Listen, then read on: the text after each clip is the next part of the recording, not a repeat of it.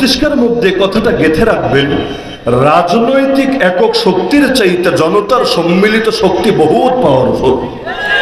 এই যে ফ্যাসিস্ট আর স্বৈরাচারকে বিদায় করার জন্য কোন রাজনৈতিক দলটা এমন আছে বাস্তবেই যারা দালালি করে না, লেকিন রাজনীতি করে, কিন্তু তাদেরকে গদি থেকে নামানোর জন্য বিগত 15.5 বছর চেষ্টা করে নাই এমন দল কে আছে?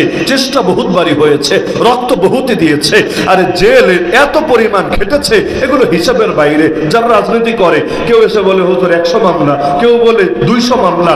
আমরা কাশিমপুর কারাগারে এমন এক লোক দেখেছি বিএনপির, তার নামে বেশি না, মাত্র 313টা মামলা। তো মামলা যে কম খেয়েছে বিষয়টা এমন না, কষ্ট যে কম করেছে বিষয়টা এমন না, লেকিন ইতিপূর্বের আন্দোলনগুলো সফলতার মুখ দেখে নাই, এবার কেন সফলতার মুখ দেখলো? আমি যতটুকু বুঝি মূল কারণ এটাই যে এবারের আন্দোলন কোনো বিচ্ছিন্ন দলের আন্দোলন না, এবারের আন্দোলন কোনো ব্যক্তি বিশেষ কোনো দল বিশেষের আন্দোলন না, এবারের আন্দোলন ছিল দল মত নির্বিশেষে সকল পরিচয়ের ঊর্ধ্বে উঠে জনতার আন্দোলন, ছাত্রদের আন্দোলন, শ্রমিকদের আন্দোলন, কৃষকদের আন্দোলন, ইসলামপন্থীদের আন্দোলন। কোন ভেদাভেদ যেহেতু ছিল না, সকলে মিলে আন্দোলনে নেমেছে। আন্দোলন শুরু হতে দেরি, বাতিল লেজ গুটিয়ে পালাতে দেরি হয় না। তাহলে এই দেশের অধিকাংশ মানুষ যেহেতু ধর্মকে ভালোবাসে, তা আলাদা করে রাজনীতি করেন বা না করেন, লেকিন এই ধর্মীয় চেতনাটাকে একযোগে কাজে লাগিয়ে দেখেন না। আরে কয়েকদিন আগে গোটা বাংলাদেশটাকে ভরে ফেলেছিল মূর্তি দিয়ে, মূর্তি। এখন তো আলহামদুলিল্লাহ যেই জেলায় যাই, যেমন গতকালের অভিজ্ঞতাও যদি বলি, কিশোরগঞ্জ গেলাম, তারাইল বাজারে, সন্দেহ কারো থাকলে নিজেরাও দেখে আসতে পারেন গিয়ে, তারাইল বাজারে গিয়ে দেখলাম মূর্তি, বিশাল বিশাল দুটো মূর্তি ছিল, পাবলিক মূর্তি দুটোকে সাইজ করেছে, তবে সাইজ করে পুরো মাটিতে শুয়ে দেয় নাই, এমন ভাবে সাইজ করেছে মানে কোনো একটা মানুষকে মেরে পা দুটো রশির সঙ্গে ঝুলিয়ে যদি ওভারব্রিজে লটকিয়ে রাখে, যেমন ঢাকায় রেখেছিল, ওই দৃশ্যটা যেমন লাগে, তো মূর্তির মাথা ভেঙে, হাত ভেঙে, নিচের যে রডটা আছে ওই রডটার সঙ্গে এমন ভাবে ঝুলিয়ে রেখেছে, মনে হয় মূর্তিটারে যেন ফাঁসিতে ঝুলিয়ে এখন লটকিয়ে তার জিন্দগি বরবাদ করে দিয়েছে।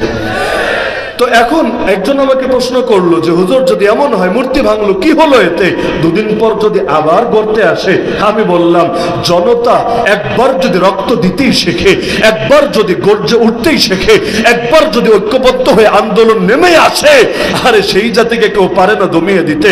যেই জাতি একবার ভাঙতে পারে, দুদিন পর কেউ যদি গড়তে আসে, যারা গড়তে আসবে ওদের হাতগুলো ভেঙে টুকরা টুকরা করে দিতে পারে।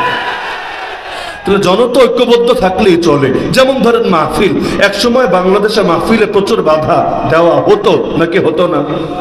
এক নম্বরে নেতার সন্তুষ্টি লাগবে, নেতার নাম হুজুরের নামের উপর দিতে হবে, না হলে নাকি মাহফিল করা যাবে না। নাউযুবিল্লাহ মিন যালিক। এমনকি অনেক নেতা পয়সাও দেয় না, কিন্তু ও যদি ওর নাম উপরে না রাখা হয় মাহফিলই করতে দিবে না। দ্বিতীয়ত থানায় থানায় ঘোরা লাগবে। কিছু ওসি ছিল চর্ম, মানে এদের গায়ের মধ্যে চুলকানি একটু বেশি থাকতো, কেউ হয়তো ভিন্ন ধর্মের, কেউ হয়তো নামধারী মুসলমানেরই, এরা শর্ত লাগাতো হ্যাঁ মাহফিল হবে, তবে আসমানের উপরের কথা বলা লাগবে, মাটির নিচের কথা বলা লাগবে, মাঝখানের গুলা টানা যাবে না। অথবা মাহফিল হবে, তবে মাহফিলের মধ্যে উগ্রবাদী হুজুর আসতে পারবে না। উগ্রবাদী হুজুর আবার কোন হুজুর?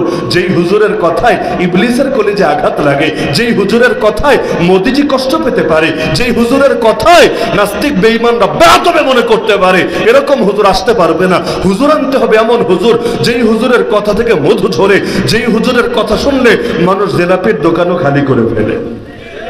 এরকম শর্ত লাগাতো নাকি লাগাতো না?